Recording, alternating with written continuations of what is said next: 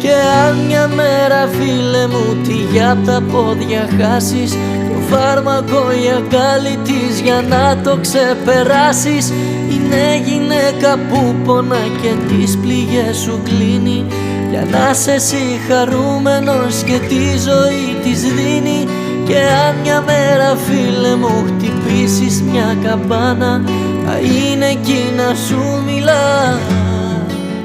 αυτή είναι η μάνα.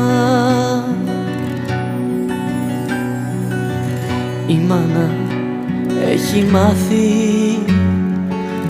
να παίρνει την ευθύνη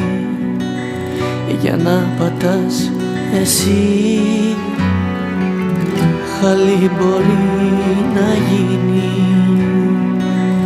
μια λέξη ιερή